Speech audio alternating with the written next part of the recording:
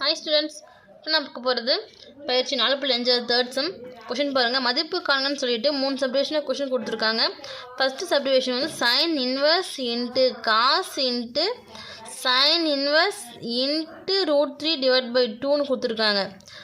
அதாவது இந்த √3/2 பார்த்தீங்கன்னா சைன் இன்வர்ஸ்க்கான வேல்யூ. இதுக்கான வேல்யூ கண்டுபிடிச்சி அதை காசில் அப்ளை பண்ணி அதனோட வேல்யூ வரும் பார்த்தீங்களா, அதை எடுத்து சைன் இன்வர்ஸோடு ஆட் பண்ணி வேறு ஆன்சர் கண்டுபிடிக்க போகிறோம். அதே போல் செகண்ட் சப்டிவிஷனுக்கான கொஷினும் cot into sine inverse into 3/5 plus sine inverse 4/5 இருக்குது பார்த்தீங்களா. இது சேம், இதுக்கான ஃபார்முலா அப்ளை பண்ணி இதுக்கான ஆன்சர் என்னன்றது பார்க்க போகிறோம். அதே போல் தான் third subdivision tan into sine inverse into 3/5 plus God inverse 3/2 இருக்குது பார்த்தீங்களா.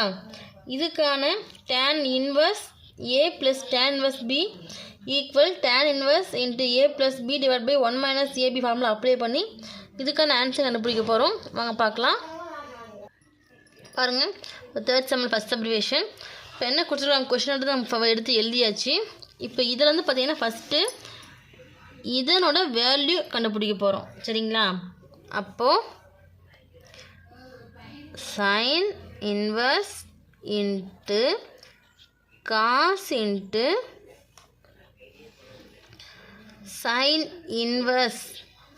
அப்போது சைன் √3/2ன்னும் போது நமக்கு சைன் √3/2ன்னா 60 டிகிரின்னு வருமா. 60 டிகிரி அப்படின்னும் போது π/3ன்னு வருமா.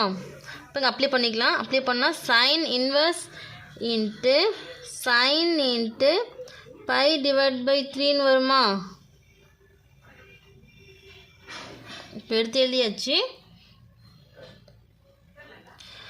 சைன் இன்வர்ஸ் சைன் கேன்சல் ஆச்சுன்னா நமக்கு என்ன கிடைக்கும், sine inverse into cos into cancel ஆச்சுன்னா π/3 மட்டும் வருமா, π/3. சரிங்களா. இப்போது காஸ் π/3 இருக்கா. இப்போ காஸ் π/3ன்னும் போது நமக்கு பார்த்திங்கன்னா காஸ் π/3 அப்படின்னா 60 டிகிரி. 60 டிகிரியோடைய வேல்யூ 1/2. அப்ளை பண்ணிக்கலாமா. சைன் இன்வர்ஸ் இன்ட்டு இதுக்கான வேல்யூ 1/2. இப்போது சைன் இன்வர்ஸ் இன்ட்டு சைன் 1/2 உடைய வேல்யூ பார்த்தீங்கன்னா 1/2ன்னா 30 டிகிரியா. 30 டிகிரின்னும் போது π/6ன்னு வருமா. அப்போது சைன் வந்து π/6. சைன் இன்வர்ஸ் சைன் கேன்சல் ஆச்சுன்னா π/6 மட்டும் வருமா. அப்போ இதுதான் sine inverse into cos into sine inverse into √3/2க்கான ஆன்சர். அடுத்து பாருங்கள் செகண்ட் சப்டிவிஷன். இப்போ பாருங்கள், இப்போ செகண்ட் சப்டிவிஷன் கொஸ்டின் எடுத்து எழுதியாச்சா. இப்போ இது பார்த்தீங்கன்னா சைன் இதை மட்டும் தான் நம்ம எடுக்க போகிறோம். முதல்ல sign inverse into 3/5 plus sine inverse into 4/5. இப்போ இது பார்த்திங்கன்னா நமக்கு இதுக்கான ஃபார்முலா வந்து ஆல்ரெடி நான் கொடுத்துருக்கேன் உங்களுக்கு எழுதிக்க சொல்லி. இப்போது இந்த மாதிரி டைமில் இது 3/5 இது 4/5ன்னு இருக்கா. அப்போது இதுக்கான ஃபார்முலா இப்போ இங்கே எழுதுறேன், சைடில் எழுதிக்கோங்க. Sine inverse into X plus sine inverse into Y ஃபார்மெட்டில் இருக்கா. அப்போது இதுக்கான ஃபார்முலா என்ன, sine inverse into X into √1 minus y² plus Y into √1 minus x². இந்த ஃபார்முலா பார்த்திங்கன்னா எக்ஸு ஒய் வந்து 0வோட பெருசாக இருக்கணும் அதனுடைய வேல்யூ. இங்கே வந்து 0வோட பெருசாக இருக்குதா. அப்போது இந்த ஃபார்முலா இதே மாதிரி இன்னொரு ஃபார்முலா இருக்கும், அது வந்து 0வோட கம்மியாக இருக்கும் போது. சரிங்களா. இப்போ நமக்கு இது 0வோட இந்த 3/5 4/5 இந்த 0 greater than xy அப்படின்னு வரும். சரிங்களா. அப்போது மதிப்பு சின்னதாக இருந்தால் இந்த ஃபார்முலா, மதிப்பு பெருசுன்னா இந்த ஃபார்முலான்றதை அனலைஸ் பண்ணிக்கோங்க. இதுக்கு இந்த ஃபார்முலா. அப்போ இது இப்படி அப்ளை பண்ணும்போது இந்த மாதிரி இருக்க இந்த டேர்ம் இந்த மாதிரி மாற்றிக்கலாமா? மாற்றினா sin இன்வர்ஸ் இன்ட்டு எக்ஸ்ன்ற தவிர என்ன இருக்குது 3/5. இப்போ 3/5 ரூட் ஆஃப் 1 மைனஸ் ஒய்ன்ற தவிர என்ன இருக்குது 4/5 4/5 ஹோல் ஸ்கொயர் ப்ளஸ் ஒய்ன்ற தவிர என்ன இருக்குது 4/5 ரூட் ஆஃப் 1 மைனஸ் எக்ஸ்ன்ற தவிர என்ன இருக்குது 3/5 ஹோல் ஸ்கொயர். எடுத்து எழுதியாச்சா? ஈக்குவல் சைன் இன்வர்ஸ் இன்ட்டு இந்த 3/5 அப்படியே இருக்கட்டும் ரூட் ஆஃப் 1 மைனஸ் இந்த ஸ்கொயர் வந்து 4க்கும் சொந்தம் 5க்கும் சொந்தம். அப்போது 4 ஸ்கொயர் டிவைட் பை 5 ஸ்கொயர்னு வருமா? அடுத்து பிரித்து கொடுக்கும்போது 4 square divide by 5 square plus 4/5 அப்படியே இருக்கட்டும் ரூட் ஆஃப் 1 மைனஸ் 3 ஸ்கொயர் பிரித்து கொடுக்கும்போது 3 ஸ்கொயர் டிவைட் பை 5 ஸ்கொயர்னு வருமா? எடுத்து எழுதிக்கலாம். Equal sine inverse into 3/5 root of 1 minus 4 square இருக்குது. அப்போ 4 × 4 16, 5 ஸ்கொயர் இருக்குது 5 × 5 25 ப்ளஸ் 4 டிவைட் பை 5ன்னு வருமா?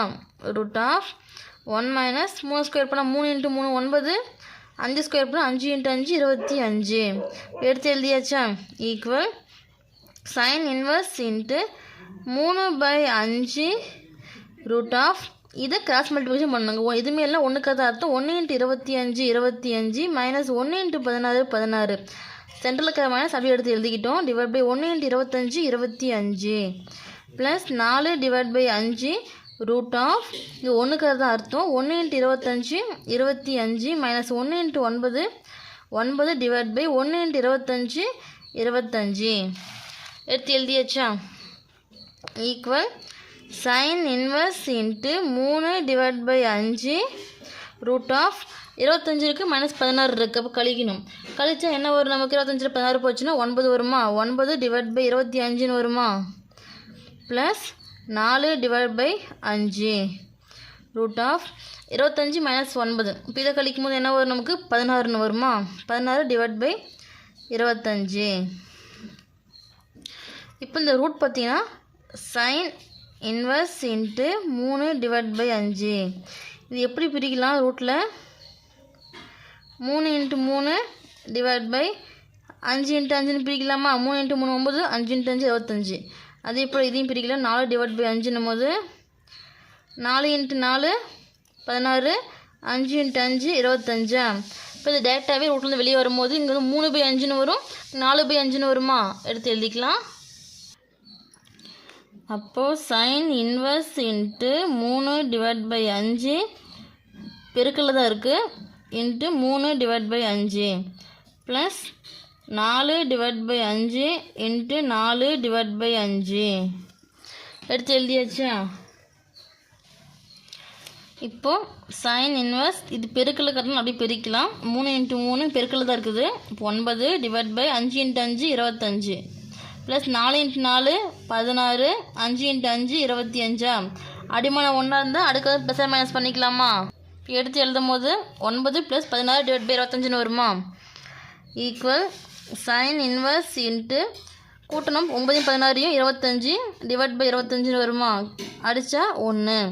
அப்போது சைன் இன்வர்ஸ் இன்ட்டு 1ன்னு வரும். அப்போ சைன் வந்து 1ன்னு வரும்போது 90 டிகிரின்னு வருமா? 90 டிகிரின்னும் போது π/2. அப்போது இங்கே சைன் இன்வர்ஸ் இன்ட்டு சைன் π/2ன்னு வருமா? அப்போ சைன் இன்வர்ஸும் சைனும் கேன்சல் ஆச்சுன்னா இப்போ ஆன்சர் π/2ன்னு வருமா? இது பார்த்தீங்கன்னா sign inverse into 3/5 plus sine inverse into 4/5 இதுக்கான வேல்யூ. இப்போ இது வந்து காட் கூட ஆட் பண்ணிக்கலாம். இப்போ கொஸ்டின் கொடுத்துருக்காங்க cot into sine inverse into 3/5 plus sine inverse into 4/5 equal இப்போது காட் எழுதிக்கலாம். இதுக்கான வேல்யூ என்ன கண்டுபிடிச்சிருக்கோம், பை டிவைட் பை 2 கண்டுபிடிச்சிருக்கோமா, பை டிவைட் பை 2 எடுத்து எழுதிக்கலாமா. அப்போது இந்த காட் பை பை 2 இருக்கு. அப்போ காட் பை பை 2ன்னும் போது அது பார்த்தீங்கன்னா 90 டிகிரின்னு வருமா. 90 டிகிரின்னா காட் பை பை 2க்கு ஆன்சர் 0. சரிங்களா. அப்போது இந்த சம்முக்கான ஆன்சர் பார்த்தீங்கன்னா ஃபைனலாக 0. கொஷின் எடுத்து எழுதிக்கோங்க. அடுத்த சப்டிவிஷன் பாருங்கள். இப்போ தேர்ட் சப்டிவிஷன் கொஷின் எடுத்து எழுதியாச்சு. இப்போ முன்ன சம் மாதிரி ஃபார்முலா அப்ளை பண்ண முடியாது. நாங்கள் சைன் இன்வெர்ஸ் இருக்குது, இங்கே காட் இருக்குது. அப்போது இது ரெண்டுத்தையும் பார்த்தீங்கன்னா இங்கே டேன் இருக்கிறதுனால இதை டேனை மாற்றலாமா. ஃபஸ்ட்டு பாருங்கள் இது எடுத்துக்கலாம். இப்போது சைன் இன்வெர்ஸ், அப்போது இந்த sine inverse into 3 divide by 5 வந்து நம்ம ஆல்ஃபான்னு ஃபஸ்ட்டு எடுத்துக்கலாம். ஆல்ஃபா எடுக்கும்போது இந்த பக்கம் சைன் இன்வெர்ஸாக இருந்த பக்கம் கொஞ்சம் சைனாக மாறுமா. அப்போது sine alpha equal 3 divide by 5ன்னு வருமா. இது சைன் ஆல்ஃபாவோட வேல்யூ. இப்போ இதுங்க டேன் மாற்றணும். அப்போது டேன் ஆல்ஃபா அப்படின்னும் போது என்னாகும், எதிர்பக்கம் டிவைட் பை அடுத்துள்ள பக்கம்னு வருமா. இங்கே வந்து இது எதிர்பக்கம் டிவைட் பை கர்ணம். அப்போது நம்ம அடுத்துள்ள பக்கம் வேணும். இதை நம்ம இங்கே முக்கோணத்தில் போடும்போது ஆங்கிள் இது 90 டிகிரி, இது பி, இது சி, இது ஆல்ஃபா அப்படின்னு வரும்போது இது எதிர்பக்கம் டிவைட் இங்கே கர்ணம், இது அடுத்துள்ள பக்கம். எதிர்பக்கம் பார்த்திங்கன்னா 3, கர்ணம் வந்து 5. இதை வச்சு அடுத்துள்ள பக்கம் கண்டுபிடிக்கலாமா. அப்போது AC square equal AB square plus BC ஸ்கொயர்னு வருமா. ஏசி பார்த்திங்கன்னா 5, அப்போ 5 ஸ்கொயர், ஏபி பார்த்திங்கன்னா 3, இப்போ 3 ஸ்கொயர், பிசி நம்ம கண்டுபிடிக்கணும். இப்போ பிசி ஸ்கொயர் அப்படியே கிட்டும். 5 ஸ்கொயர் பண்ணால் 5 × 5 25, 3 ஸ்கொயர் பண்ணால் 3 × 3 9, பிசி ஸ்கொயர்னு வருமா. இந்த +9 பக்கம் போச்சுன்னா -9 மாறுமா. இப்போ 25 - 9 ஈக்குவல் பிசி ஸ்கொயர்னு வருமா. 25லேருந்து 9 கழிக்கும் போது பார்த்திங்கன்னா 16ன்னு வருமா. 16 ஈக்குவல் பிசி ஸ்கொயர்னு வரும். அப்போது நமக்கு பிசி ஸ்கொயர் ஈக்குவல் 16. நமக்கு பிசி மட்டும் தான் வேணும். அப்போது ஸ்கொயர் தப்போ கொஞ்சம் ரூட்டாக வருமா, √16ன்னு வரும். இப்போ பிசி √16ன்னும் போது 4 × 4 பிரித்து எழுதலாமா. 4 × 4 எழுதும் போது ரூட்லேருந்து வெளியே வந்துச்சுன்னா ஒரு 4 மட்டும் வரும். இப்போ பிசி பார்த்திங்கன்னா பிசியோட வேல்யூ 4. அப்போது டேன் ஆல்ஃபா கண்டுபிடிக்கும் போது எதிர்பக்கம் வந்து 3, அடுத்துள்ள பக்கம் பார்த்திங்கன்னா 4 கண்டுபிடிச்சிருக்கோமோ, அப்போ 4. இது டேன் ஆல்ஃபாவோட வேல்யூ. அதே போல் இந்த cot inverse into 3 divide by 2 இருக்குது பார்த்திங்களா, எடுத்து எழுதிக்கலாம். இப்போ இதையும் டேனாக மாற்றணும். Cot inverse into 3 divide by 2. சரிங்களா. சேம் இதையும் பார்த்திங்கன்னா பீட்டா அப்படின்னு எடுத்துக்கலாமா. Beta equal cot inverse into 3 divide by 2ன்னு எடுத்துக்கலாமா. இன்வெர்ஸ் இந்த பக்கம் வந்துச்சுன்னா காட்டாக மாறுமா. அப்போ cot beta equal 3 divide by 2. இப்போ காட்டுன்னும் போது என்ன வரும், நமக்கு அடுத்துள்ள பக்கம் டிவைட் பை எதிர்பக்கம்னு வருமா. இதை நம்ம டேனாக மாற்றணும். டேன் பீட்டாவை மாற்றும் போது எதிர்பக்கம் டிவைட் பை அடுத்துள்ள பக்கம்னு வருமா. அப்போ இங்கேயே இருக்குது, எதிர்பக்கம் வந்து 2, அடுத்துள்ள பக்கம் 3. இப்போ எடுத்து எழுதியாச்சா. இப்போது என்ன கொஷின் கொடுத்துருக்காங்க, tan into sin inverse into 3 divided by 5 plus cot inverse into 3 divided by 2. இதுக்கு பேர் என்ன எடுத்துருக்கோம், ஆல்ஃபா எடுத்துருக்கோமா. இதுக்கு பேர் பீட்டான்னு எடுத்துருக்கோமா. அப்போது tan இன்ட்டு ஆல்ஃபா ப்ளஸ் பீட்டான்னு எழுதலாமா. இப்போது இந்த tan ஆல்ஃபா ப்ளஸ் பீட்டா இருக்கா. இப்போது இது பர்டிகுலராக கொடுத்துருக்காங்க. இது தனித்தனியாக மல்டிப்ளிகேஷனில் இருக்கா. பிரித்து எழுதும் போது நமக்கு என்ன வரும், tan ஆல்ஃபா ப்ளஸ் பீட்டான்னும் போது பாருங்கள், நமக்கு tan ஆல்ஃபா ப்ளஸ் பீட்டா அப்படின்னும் போது tan ஆல்ஃபா ப்ளஸ் tan பீட்டான்னு வருமா. Divide by 1 minus tan alpha into tan பீட்டான்னு வருமா. அப்போது அதுபடி இங்கே மாற்றும் போது பாருங்கள், இப்போது tan ஆல்ஃபா அப்படின்னும் போது இது மாற்றி என்ன வருங்க, tan alpha plus tan beta divide by 1 minus into tan alpha into tan பீட்டான்னு வருமா? அப்போது tan ஆல்ஃபா பார்த்தீங்கன்னா நம்ம என்ன கண்டுபிடிச்சிருக்கோம்? 3 divide by 4 plus tan beta பார்த்தீங்கன்னா 2 divide by 3 divide by 1 minus tan alpha பார்த்தீங்கன்னா 3 divide by 4 beta 2 divide by 3. இப்போ இதை கிராஸ் மல்டிப்ளிகேஷன் பண்ணும்போது 3 × 3 9 plus 4 × 2 8 divide by 4 × 3 12 divide by 1 minus cross multiplication பண்ண இது பெருக்கல்ல இருக்குது. அப்போ அப்படி பெருக்கலாம். அப்படி பெருக்கினா 3 × 2 6 4 12 ஈக்குவல் 9 இருக்குது 8 இருக்குது கூட்டினா 17 டிவைட் பை 12 டிவைட் பை இதை கிராஸ் மல்டிப்ளிகேஷன் பண்ணும்போது 1 × 12 12 மைனஸ் இதுமே எல்லாம் ஒன்றுக்கு தான் அர்த்தம் 1 × 6 6 டிவைட் பை 12 17 டிவைட் பை 12 அப்படியே வரும். டிவைட் பை 12 இருக்குது 6 இருக்குது லெஸ் பண்ணால் ப்ளஸ் 6 டிவைட் பை 12 வருமா? ஈக்குவல் இங்கே இப்படி வகுத்தில் இருக்கா? இதை மாறி பெருக்க வகுத்து தலைகளையே மேலே கொண்டு போய் நீங்கள் 17 டிவைட் பை 12 இன்ட்டு மேலே போச்சுன்னா 12 டிவைட் பை 6ன்னு வருமா? 12 கேன்சல் ஆயிரும். இல்லை இதே ஸ்டெப்பை டேரெக்டாக இங்கேயே நீங்கள் 12 கேன்சல் பண்ணிவிட்டு அடுத்த ஸ்டெப்பில் எடுத்து 17 டிவைட் பை 6 எடுத்து எழுதிக்கலாம். அப்போது tan into sin inverse into 3 divide by 5 plus cot inverse into 3 divide by 2 உடைய ஆன்சர் 17 டிவைட் பை 6.